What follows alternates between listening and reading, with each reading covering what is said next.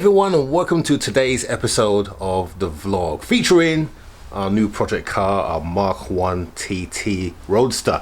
So in today's episode we're going to give this car a bit of a clean up. We are going to get it ready for the MOT because I don't want the MOT to be sitting in this moldy old car. I mean, it makes me cringe sitting in it as well. So let's give it a clean up. We're going to start off with the dashboard, get that all nice and cleaned.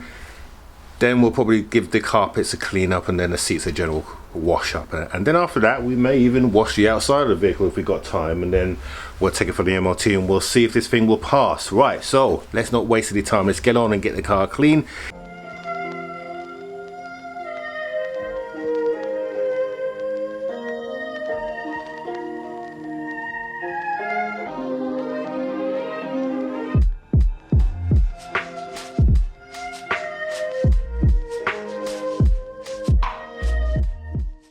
Right, so interior, that's looking better now.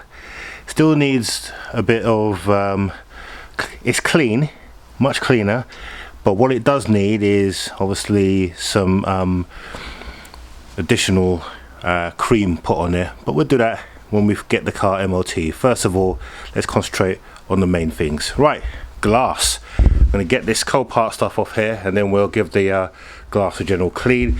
And we do need to replace these windscreen wipers. They're shot, so we need to replace those too.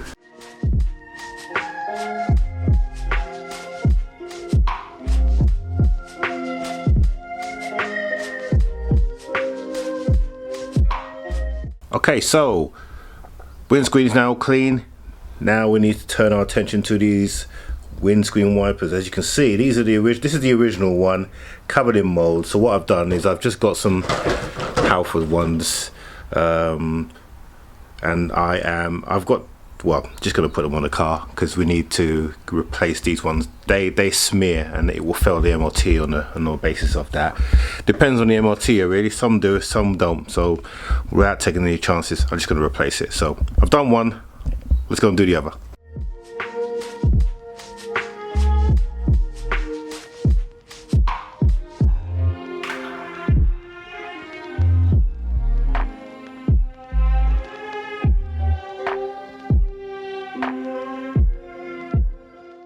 Right, so one of the ideas that I had for this car was this inlet manifold here, which is looking pretty pitted, etc. I was going to see whether I either paint this or polish it.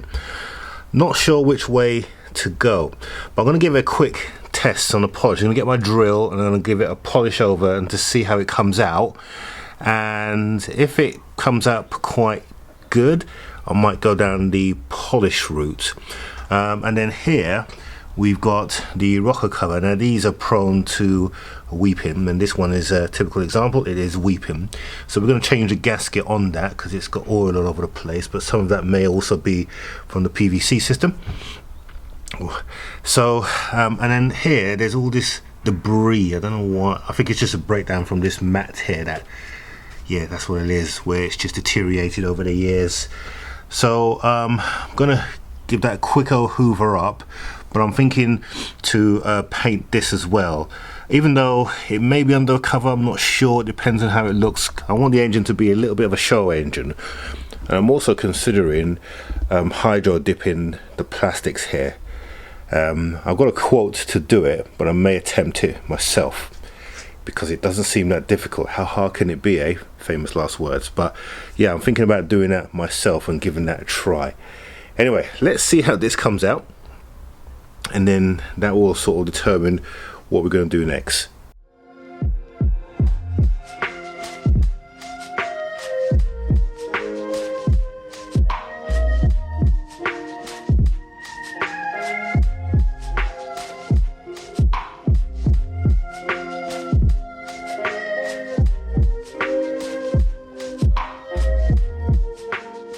Okay, so for first attempt, that's not too bad. I mean, obviously you need to strip all that back to get it right done, but this is just a quick little go over, and it looks a little better than it looks here anyway. So with some elbow grease and a bit of time, I think this will come up pretty okay, but really you need to take the whole thing off, and that's the plan. Once I get it through the MOT and giving it a run for a bit to strip this hole down, and to rebuild the front end here. Okay, right, but in respect to the MOT, I think we're about ready. One more thing was the bit down here, and what I've done is I've taken it away, just gone over it with a steel brush, and it's actually come out okay. It's not rotted, fortunately, so we're going to be okay with that. Going to treat that with Amorite and then paint it, and I may come up to here as well because I can see it's beginning to rust there, but we'll take care of that and give it a good going over. Right, okay, I think that's all we need to do for now. The next thing really is to get it through the MOT and see what results come off from that. So let's get that done. 2 hours later. Okay, so the car is back from the MOT and it has failed the MOT. Now, normally I should be upset, but I'm not, because this car has been sitting around for 2 years. And the thing that it failed the MOT on, 2 things, was that one, the battery box, or the battery's not secure. And that's my bad, because when the car arrived, the battery on it was completely flat. So I had to get my oversized battery to get the car started, because the driver didn't want to drive it off unless the car was running. Go figure. And so I had to take the old battery off and take the box apart to get the new battery in, because it was about 1.5 inches bigger than the actual box. So my fault. And the second thing was the one of the brakes were binding, and that's it. That is it. And to me, that's great, because that's a simple fix, because the rear brakes, you're going to see them in a second, they're quite pitted, so they need to be replaced anyway, because the edges are really rusty where the brake hasn't been binding properly. So what we've gone and done is we've gone and replaced or bought some new discs for the back and some new pads, because when you change the discs, you should always change the pads as well. Don't use the old pads, okay? So let's get those done. And what we need to do is we'll need to take the brakes off, the binding brakes. Normally what it is one of 2 things. It's normally either the carrier, the 2 pins that the carrier sits on, which go in and out and have a dust shield around them. They're either stiff or rusted, and that normally causes the brakes to bind. Or the actual, inside the actual brake there is like a little clip, a little metal clip, and they can corrode, and that restricts the pads from moving, so when they bind they get stuck in place. The third one, I said 2, there's actually 3. The third one is the piston getting stuck. That's the worst one. Don't want a piston, because you need to then replace the caliper, because yeah, it just gets all complicated. You have to take the piston out, and the pistons are precisionally engineered, so if you start sanding them, then it just causes all sorts of issues. So the best course of action there, because we're talking about brakes, is to replace them. But I don't think that's going to be the case with us. I'm convinced it's going to be the carrier, but let's find out by taking our brakes apart, and then we'll take a good look at it. So let's do that now. Okay, so this is the offending wheel that is locked up, and you could probably, well, you can't see it. We'll take the wheel off first, but first of all, let's undo the handbrake. The car is clogged to the front. We'll put the handbrake down. Okay.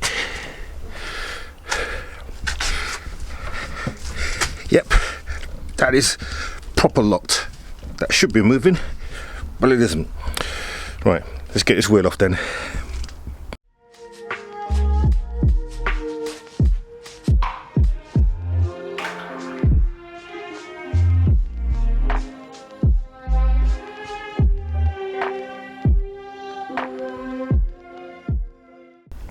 Okay, so you see the condition of the brakes here. This is not too bad, but obviously the brake is only binding in the middle here. So we're going to replace the disc, and when we consider the fact that this is all covered in cobwebs, etc., that it's all corroded. Interestingly, looking inside here, all of this needs to be done as well. So we're going to at some point, probably in the summer, we're going to strip all of this back and give it a paint. But the most concerning thing here, although it passed the MOT, was the shock. It was in an advisory. If you look at the state of that, that is completely gone. So at the earliest opportunity, when I change the springs, which will be one of the mods coming up once we get it through the MOT, we're going to change those shocks. Anyway, let's concentrate on the brakes. We're going to take the carrier off now, and then we'll take the caliper off itself, and then we'll examine that and see how that looks.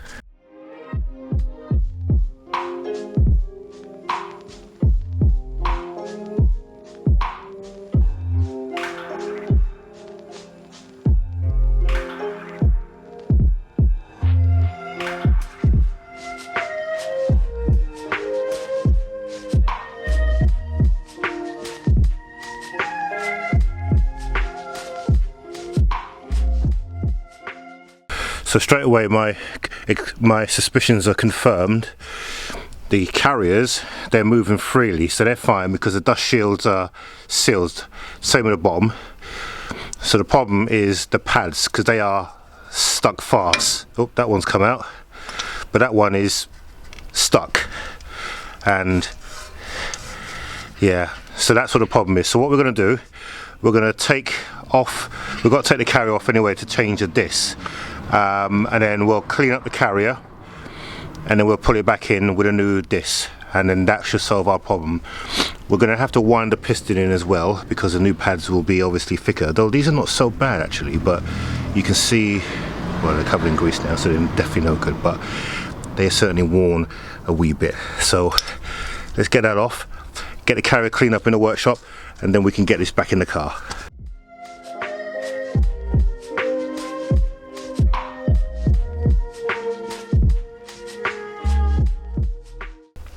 So here's our culprit.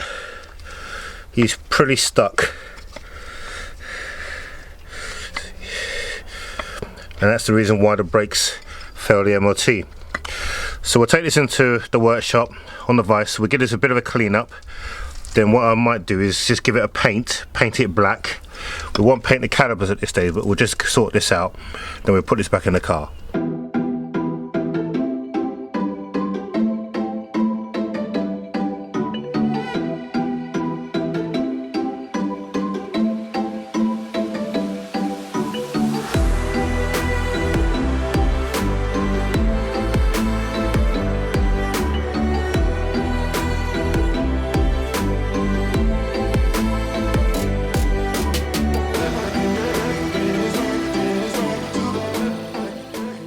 Right, okay, so here's the old brakes,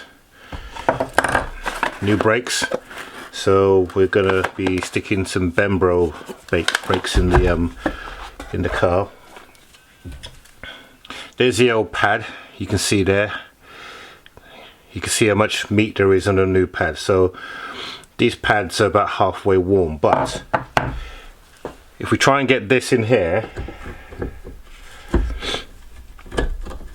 it is stuck. So essentially the metal on the side here is just corroded up and just wedged its way in, whereas this one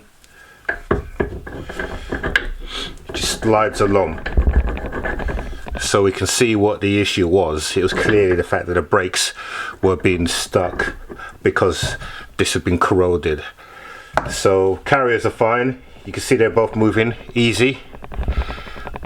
So it's literally just the brake pads. Now these ones do come with shims as well, so we'll fit those as part of the kit. Because at the moment this is a little loose, so we will fit these in, and then that way the brakes will hold in place, but they should be able to slide along. Okay, so here's our new disc. So we're going to give it a good thorough clean, and we'll take the old one off as well. And then once we give that a clean, we'll fit that on, then we'll get the brakes on. We need to hurry up now because we're running out of light. Right, so let's get on.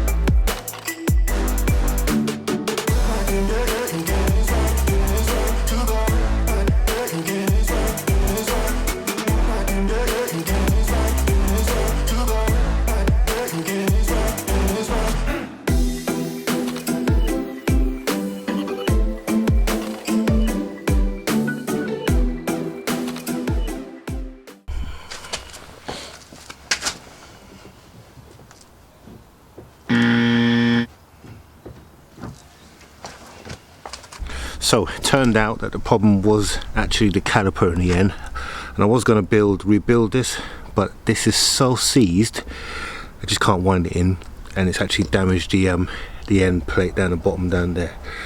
So we've gone out and bought ourselves a new caliper, so we're just going to fit this in, and then that's going to solve the problem, and I'm much more comfortable knowing that I've got a new caliper that works. So let's get this fitted.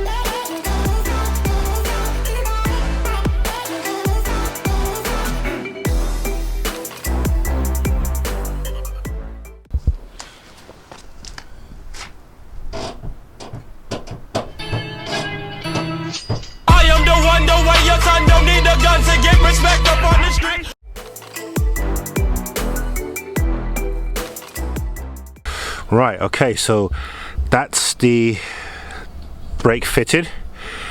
Pretty straightforward job. It's got on easy. Handbrake works fine, absolutely fine. We now just got to bleed the brake, and then once we bleed the brake, we can then take the car for an MOT or re-MOT, and then that should be it. Car should be ready to drive. Right, so we've just bled the brakes with this one-man bleeding kit that I got, which is really good. Links below in my Amazon page if you want to see it. Basically, you pump it up to about 20 psi, has a universal attachment with an airline, and then the other end, you just literally undo the bleed nipple, and then the fluid will come through. You might have to pump the brakes a couple of times to get the fluid going, but it will come through. So the final thing that we need to do is just secure the battery, and that's quite simple. You can see that bolt down the bottom there. We just need to secure that properly. That will hold the battery in place, and that will make the MOTer happy. So we'll do that now. Okay, so if you haven't already checked, and I know you have, you would have seen that the TT had passed its MOT. It only had a couple of checks to do, which is good news. So now we can start concentrating on sorting out the car in detail. But that's not going to be next week. Next week we're going to be back on the Mark III, and finally we've got the final two bits. Well, there's three bits, but the two main bits that we were waiting for, the seat belts, the rear seat belts, we finally got them. Although we had to cancel the order that we originally had because they were stuck on the border in Germany, and they didn't go any further than that, unfortunately, because of Brexit and the amount of documentation you have to get now to get parts from mainland Europe is a complete nightmare. So the order was cancelled, sadly, and I had to buy the seatbelts from Audi. But I managed to get one from a UK supplier as well. I just had to buy the one which softened the blow, but it wasn't cheap. Really wasn't cheap. So we'll be back on this car. We'll be getting this car finished, and next week the same thing. We've got to get this car ready for its first MOT. So this should really go through. But more on that next week. More on that next week. For now, I hope you've enjoyed this episode. Don't forget to subscribe down here and click on the notification bell so that you're notified whenever we get any new videos. Now, we've got quite a few things coming up on both cars. So both cars will be getting some mods now. Once we get them sorted, we'll be going out for a test drive. I'll be comparing the two cars as well, because we've got the third generation and the first gen. Always good to have a look at that. But there's lots of work coming up on both cars, and of course we're still keeping our eye out for other projects that may come onto the channel. So lots to come up. Hope you continue traveling along with the journey, and don't forget, if you are a casual viewer, don't forget to subscribe, because it really does help us. It really exposes the channel to other users who are casual viewers as well, and just increases our audience. Anyway, I've rabbited on enough, so we will see you next Monday. Have a good week.